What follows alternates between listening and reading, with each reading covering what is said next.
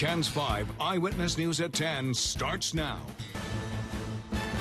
New tonight, a house fire forces a family from their home and takes the life of one of their pets. A neighbor's home was also damaged by the flames. This fire broke out just after 7:30 at this home on Katrina Lane. Now, that's on the city's east side. Fire officials say they believe the couple had set up a heat lamp for their 4 dogs on the front porch. They say somehow that lamp sparked the house fire. The couple was able to escape with 3 of their dogs. The Red Cross is helping them find a place to stay tonight. 1 in 5 adults across America suffers from mental illness, and an early report about a woman killed Saturday by police suggests she was among them. She's the latest victim of 2 officer-involved shootings in a span of 3 days. Tonight, Eyewitness News reporter Addie Guajardo explains the training SAPD officers undergo to engage those battling a mental illness and where the city comes up short. Addie? Jeff and Deborah, every San Antonio police officer is required to go through intense crisis intervention training during which they learn to deal with difficult situations involving mentally ill citizens. But a spokesperson with the department tells me at times they simply have to use their best judgment. 43-year-old Kristen Klopp was shot dead by San Antonio police after calling for help, claiming she was being stalked. Police say when they arrived, she lied about being armed. And when they attempted to disarm her, she pointed a pistol at police.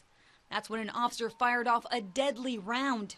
Neighbors say Klopp had a history of mental illness. If those verbal commands are not listened to and the threat is heightened to that officer's safety and the safety of the public, then he has to respond in a proper way in order to save his life or save someone else's life. San Antonio police spokesperson Doug Green says at times officers have to make a decision in a split second, and they go through rigorous training to ensure they are ready. Our cadets are required to go through 40 hours of this training. The state mandates 24, so we try to go above and beyond. Doug Beach with the National Alliance on Mental Illness, also known as NAMI, says the organization works closely with the police force to promote empathy and understanding of what that mentally ill citizen may be feeling. 1 in 5 people will have a mental health disorder in Bexar County this year. That's staggering. That's over 400,000 people in our community. He explains that more resources are needed to help the mentally ill. I think what we could use are probably more full-time officers on the street who are part of the mental health unit. That would probably be helpful.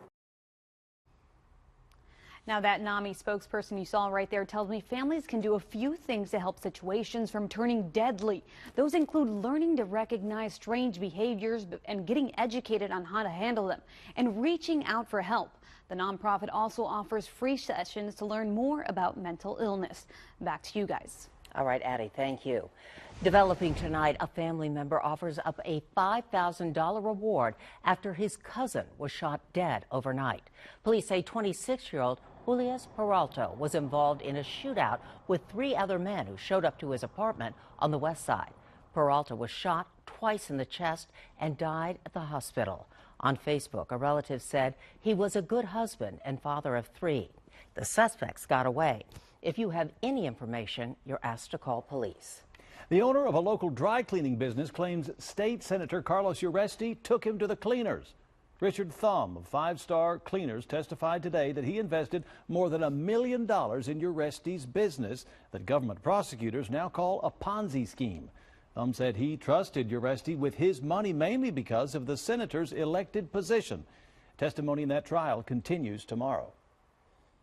FBI Deputy Director Andrew McCabe has abruptly stepped down from his number 2 spot with the Bureau.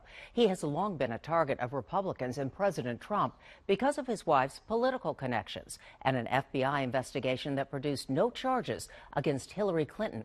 McCabe is on leave until his retirement date in March. Tomorrow night, we will hear President Trump's very first State of the Union speech, and he's expected to address hot topics like DACA and a border wall. But tonight, one South Texas dreamer is stepping out of the shadows. She says she's speaking for many and demanding answers from the commander-in-chief. Texas border correspondent Oscar Margain has her story.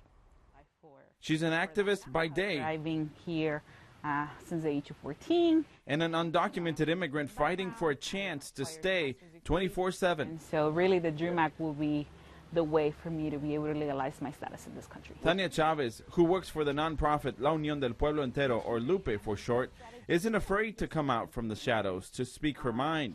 I'm very fortunate that my community is with me and stands with me and protects me. However, these days, she treads carefully. She fears any minor misstep can lead to her deportation. Why the border wall is not good for our community. Especially when making public denouncements about the border wall. Against the border wall.